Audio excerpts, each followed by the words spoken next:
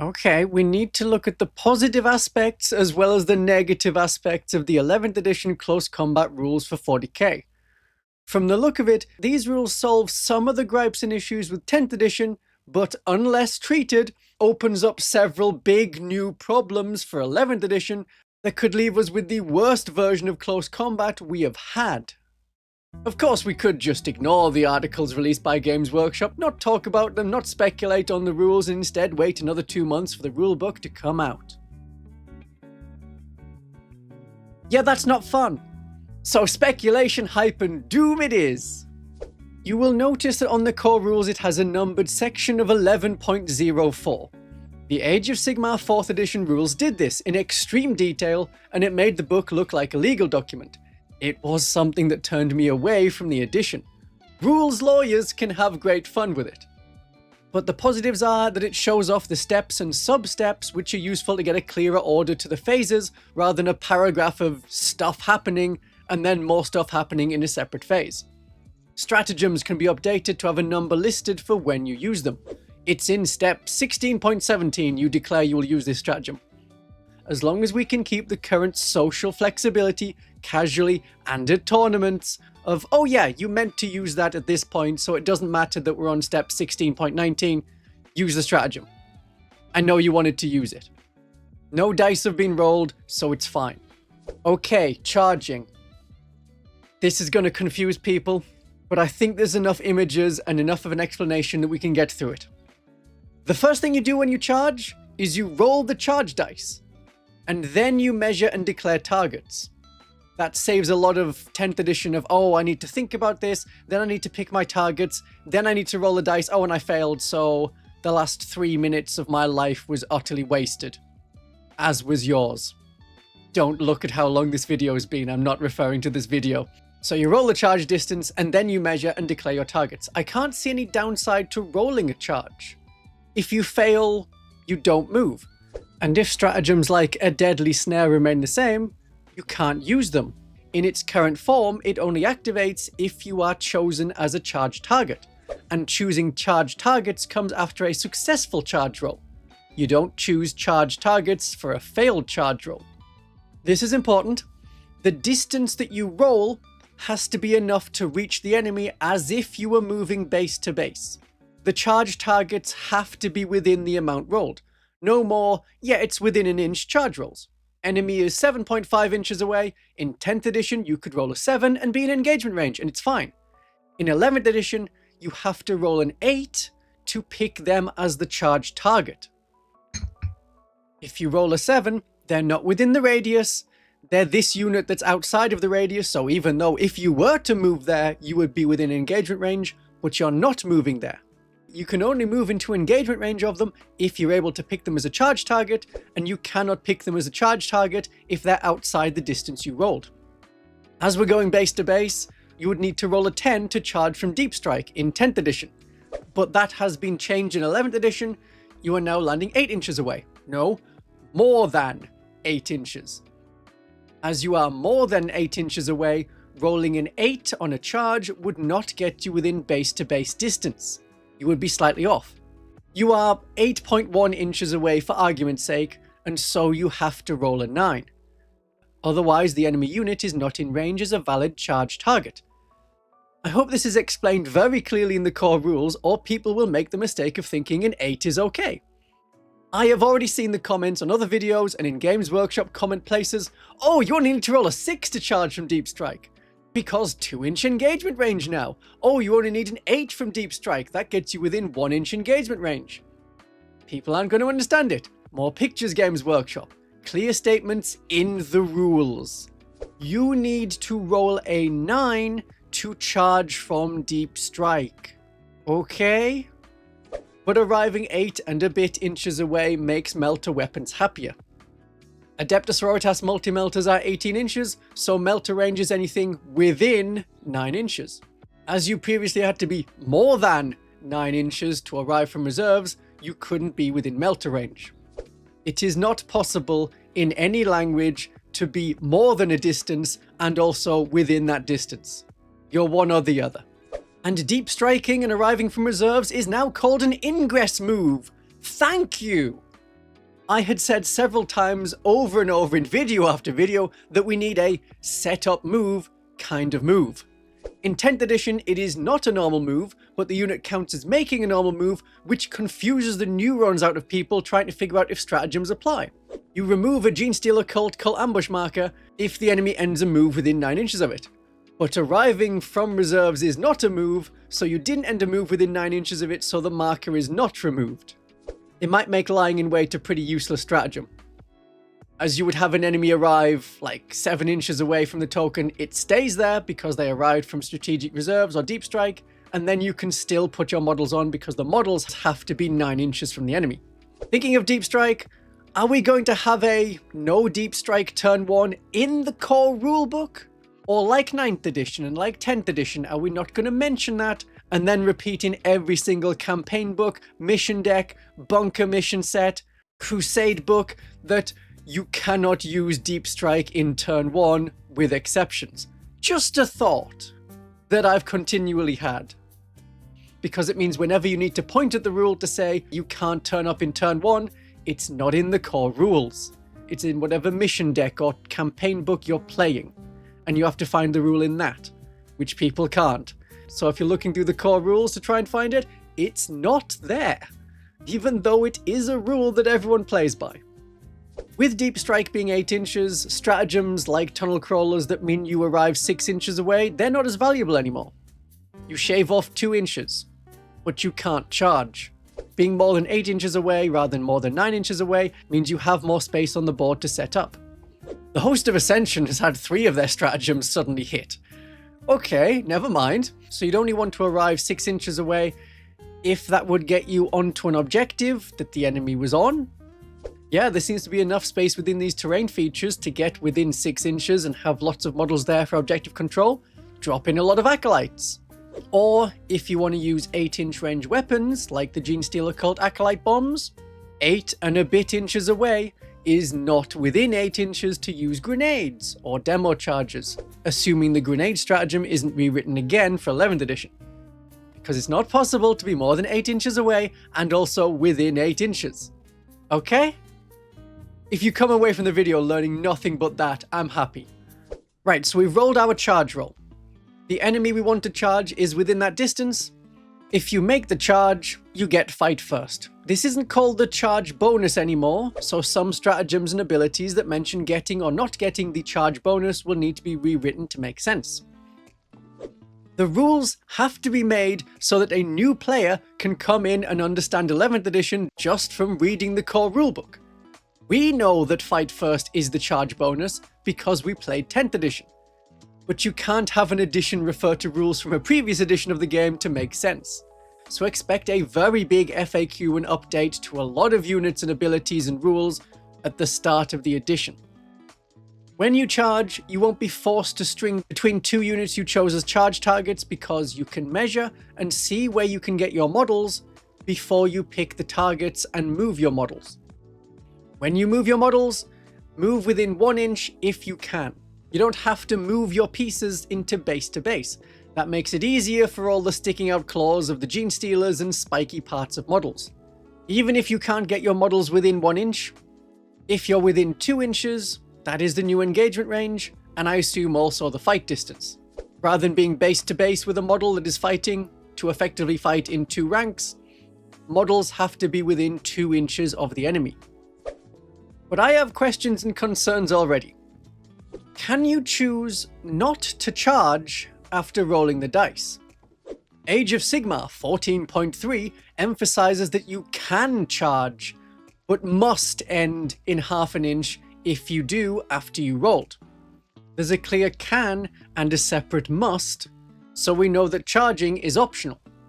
I'm not seeing that in 40k. It would make sense that you can roll the dice and go, no, I don't want to do that. But maybe not. Rules as we'd like them to be and rules as they are may not be the same thing. So if I roll a charge and I could get into a unit, even a unit I don't want to charge, do I have to? If there's a squishy neophyte unit on objective terrain 8 inches away from my Repentia, and a very tough unit of Aberrants with an Abominant that helps them fight on death 5 inches away in the opposite direction, and I roll a 5, Do I have to charge the unit I don't want to charge? My Repentia will all be killed in my turn. At least by not charging, I make it so the Aberrants have to spend their turn killing my Repentia, otherwise they get a free kill and they're able to do whatever they want in their own turn. It's how Age of Sigmar works, so Games Workshop has the wording ready. I am so concerned that in their haste to change something, they break something else or forget lessons already learned. Like the start of 10th edition did. Okay, now I'm ready to look at the article proper.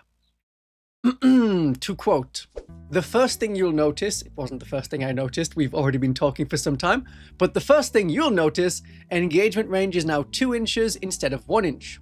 If you're within 2 inches of an enemy unit, you're engaged with it, and you can't finish a move within engagement range of an enemy without charging it. So we now have, like Age of Sigmar, an area where you cannot go into. It's 3 inches in Age of Sigmar, 2 inches in 40k, so you have to be more than 2 inches from enemy units you are not charging. This also means that if you roll a double 1, it's a failed charge. You have to be more than 2 inches from the enemy, you cannot be within 2 inches of an enemy at the end of the move in the movement phase, roll a double 1, and it is impossible to pick the enemy as a target of your charge. You can only pick charge targets within the distance rolled, as you are more than 2 inches away. Charge failed. You might not have picked up on that. So what's Games Workshop doing? Why 2 inches? What's the purpose of this? Games Workshop seems to be trying to stop or reduce the effectiveness of 2 tactics of 10th edition. Move blocking and wall blocking. Crucially, you can move through an enemy model's engagement range in the movement phase, but you cannot end in engagement range in the movement phase. And it says movement phase, so perhaps you can't pass through the engagement range of a unit to reach another in the charge phase. But you can slip through them in the movement phase. A line of models that once blocked movement will have to be tighter, less than an inch between each blocking model rather than 2-inch unit coherency, as that risks enemy models slipping through. Perhaps with precise measurements you can set your line up to stop the enemy moving too far, or you use cover to block movement. On these maps, get an infiltrating or scouting or fast unit, pure Strange Gene Stealers, Atalan Jackal Bikers, they come to mind. Set them up on the other side of the barricade, 2.1 inches from the enemy. The enemy cannot move past the bikes. They also cannot move onto the barricade because that would be within 2 inches of the enemy, not allowed to end a move there in the movement phase. You cannot see through the barricade to shoot the bikes. It blocks line of sight like all the other terrain, Games Workshop has said so. So you can't go onto the barricade terrain to shoot out of it. The only option is to charge and not go very far in your turn. This is not a tournament problem at certain events. These are the layouts that everyone will be using with the mission deck that will come out in the starter set. So move blocking is still a tactic. It's not one I like, but it's very viable. The bigger thing, oh how I have hated the 1.1 inches away wall blocking. You set up your models so that they're 1 and a bit inches from the outside of the wall.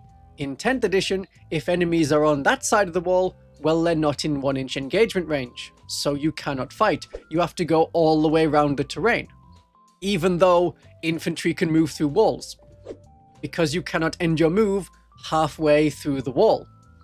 So the way it works in 11th edition, the charge target is within charge distance. That is the distance as the crow flies or Cyber Eagle flies.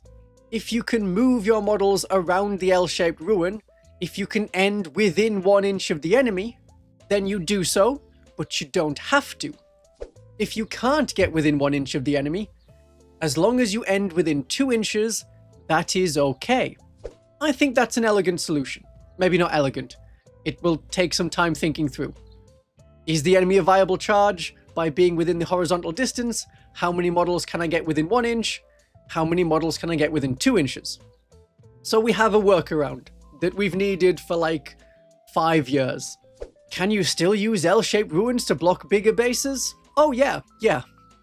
2 inches from the outside of the wall and 60mm bases can't fit, and they have to waddle around the L to get within 2 inches.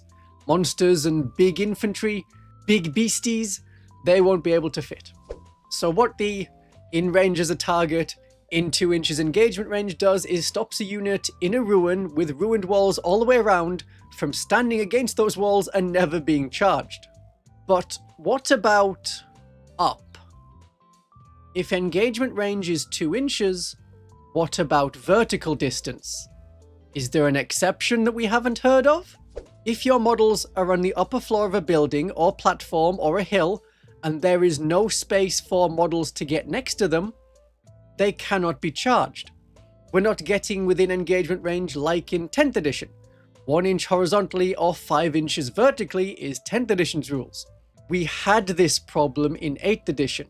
Standing on a crate 2.5 inches high meant you were unchargeable. Waves of pure strain gene stealers speeding around a box with a guardsman on top flipping them off, and in that edition, holding the objective regardless of numbers. In 11th edition, you will be unchargeable, you will be able to contribute objective control to the objective, and you get plunging fire on your shooting attacks without being charged. So there really needs to be some account taken for vertical engagement range. Perhaps in the terrain section of the core rules, explaining the different types of terrain, the bits you can move over and their height, these yellow bits. Then the green terrain and what types of units can move through the green terrain, which can't, what being more than 3 inches up does, and hopefully how to engage that unit in combat. It would be extra stupid if we had exchanged you cannot charge this unit because there's a ruined wall all the way around, for you cannot charge this unit because they're a bit higher up than expected. Okay, we're done with charging. The fight phase. Although, is charging part of the fight phase? I assumed in the live stream that Games Workshop did when they were explaining it as part of the fight phase that was a mistake, but maybe not. Charging could be part of the fight phase, so if you use Tank Shock, you cannot use Command Reroll. Only 1 stratagem per unit per phase. That was an example given, if you could hear it, in the 11th edition announcement stream. It has felt odd that the charge phase is separate. Like, remember at the start of 10th edition when Mortifiers got a bonus on their attacks that lasted the phase if they made a charge? The charge phase? The phase you don't roll any attacks in? Good times. Okay, you've made your charge. You rolled the dice, the enemy was in range as an eligible charge target, you moved your models into engagement range, now comes pile-in. The pile-in and consolidation steps are all one. Everyone piles in, first every unit from the active player, then everyone piles in from the reactive player, the player whose turn is not taking place. I'll call them the reactive player or the non-active player, something like that. I'm waiting on these becoming Games Workshop terms to make things easier. When you pile in, you go 3 inches, and explicitly in the article, you can pile into units that were not your charge target. But now that pile in is not done when activated to fight, you can't pile into a unit with fight first and continue your activation, which includes attacking them. The order of fighting is decided by fighting first. Now, I expected fight first would only be changed a little, with the active player with passive fight first beating the player whose turn it is not. I thought the order would be, if you fight first and you charged, so you effectively have double fight first, then you fight first. Then fighting first units, starting with the reactive player, then the active player who gets fight first on all their units that charged. That's when the charging units go, like in with fights first units. But usually there's only 1 fight first unit in the reactive player's army, so it'd be that unit, then all the charging units, then all other units that are in engagement range alternate starting with the inactive player, the player whose turn it is not. Well, not so, apparently. That seemed like a good idea, but it's not the idea Games Workshop is going with. The problem with Fight First was if there was 2 units that had Fight First, they wouldn't charge the other one, because the reactive player got to do their unit first. So if you charged a Fight First unit even with a Fight First unit that had like double Fight First, you would get killed in your own turn. I thought this was a solution, but Games Workshop has said the active player gets to pick their units first, and it is the same 2 steps, fights first units and units without fight first. So having fight first on a locus or a Judicia seems kind of pointless. Heroic intervention with fight first against an enemy unit that has fight first, what's the benefit? And don't think, oh well, somewhere along the line I'll get to fight second. You won't, you'll be dead. So 2 Eldar units charge. 1 against my neophytes, 1 against my fight first locus. The charging player gets to pick one of their fight first units to fight first. They choose to fight my fight first locus and kill them. I am dead on this side. I no longer have a fight first unit because they didn't fight first. As I have no fight first units, the other Eldar unit fights. It charged, it gets fight first. So what was the point of having the locus? Where would fight first be useful unless my unit wasn't killed, but then gets to fight first next time? It's risky to try and survive. Maybe fight first can be made more common if it's such a weak rule. Give it to Incubi and Gene Stealers. But with the active player getting to pick which unit fights and then alternating, we bring back an issue from 8th edition. Double fighting. So your Orc boys charge my Deathwatch Marines, and as you have charged, you have fight first, and you fight. Then I fight back in your turn. It then switches to my turn. If there are no charges, we have this ongoing combat, and as the active player, I choose my Deathwatch unit to fight. So you fought, I fought again, and if you have any models left, you can fight. So if you charge, you have to wipe out the enemy, otherwise you get double slapped. I'm not entirely sure what the person next in line gets to fight regardless of whose turn it is. Maybe that means you do a fight first unit from the active player, then a fight first from the non-active player, if there are any of them, alternate between them until all the fight first units are done. Then you do a not fighting first unit from the non-active player, and then a unit without fight first from the active player, alternating between them until they're done. That would stop the double slap. So you charge me, you fight, I fight back. Then in my turn, you don't have fight first, you are the non-active player, you would fight before me. But otherwise, I'm getting the feeling that anyone who wrote rules for Games Workshop more than 6 years ago isn't there anymore. If this layout was the case, why do I want fight first? You charge my fight first unit, you attack, then I attack. In my turn, I was going to fight before you anyway. It really feels like we've missed okay, we needed to stop fight first being so passive, to, well, why even have fight first if you don't fight first? It's fight second. You'll need multiple counts of fight first in your army and try to get them all charged at the same time. Otherwise, you're not going to get use of fight first. Unless that's a very tough fight first unit. The Locus isn't. Maybe the Judiciars unit can be. Banshees are dead. Accept that Banshees are dead. Getting shot or charged, the Banshees are dead. Fight first is localized, predictable, and beaten by just running at it. Maybe the interruption stratagem gets cheaper. Maybe. That's speculation. Okay. When I was reading the rules about pile in, and everyone's going to pile in all at once, my concern was, well, what about transports? The way to deal with transports is to charge them with 2 units, destroy the transport with one of them, and the other charging unit piles into the unit that just disembarked, and then you can kill them. If everyone's piling in at the same time, you can't charge a Chimera with acolytes with mining tools to destroy it, to have your pure strains that also charge the Chimera pile into the Catachans inside and kill them. Well, transports would be much better, which is why I thought there has been no exception mentioned, like there is with battle line units, to the number of datasheets you can take. It looks like you can only take 3 of a transport datasheet in 2,000 points instead of the previous 6. And if transports were suddenly made battle line, then detachments that gave bonuses to battle line units like the Bastion Task Force would also give a great boost to transports.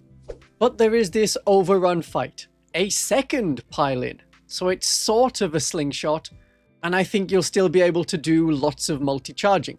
If your unit was engaged at the start of the fight step, but is currently unengaged, they can do an overrun fight, you make another pile-in move to engage a new unit. So big infantry units that get multi-charged, you can't sneak out of combat by taking casualties from one side. Like remove casualties from the enemy unit that hasn't fought yet, as if it would stop them fighting. They're gonna pile in again. So we should still be able to do a Biosanctic Brood Surge, Aberrants and Pure Strains charge a screening unit, the Pure Strains kill it, the Aberrants are then able to move into another unit. This isn't a, oh good, they fixed something, it's more, they had enough foresight to see where a problem would be, the transports would become super effective, and instead have managed to preempt that problem. Now we need to know if they're able to do that to other rules problems. But the final step is consolidation, which looks to be much the same as 10th edition. An extra 3-inch movement to move into other units, move to a nearby objective, and enemies that are now suddenly engaged get to fight, even though they've missed the fight step. So there's a lot of rules to clean up, clarify, or if they're not in the core rules, come with a day 1 FAQ and errata. I have many other concerns about 11th edition. Let's hope they're resolved before the rules come out, and not while we're trying to have a great day of 11th edition 40k.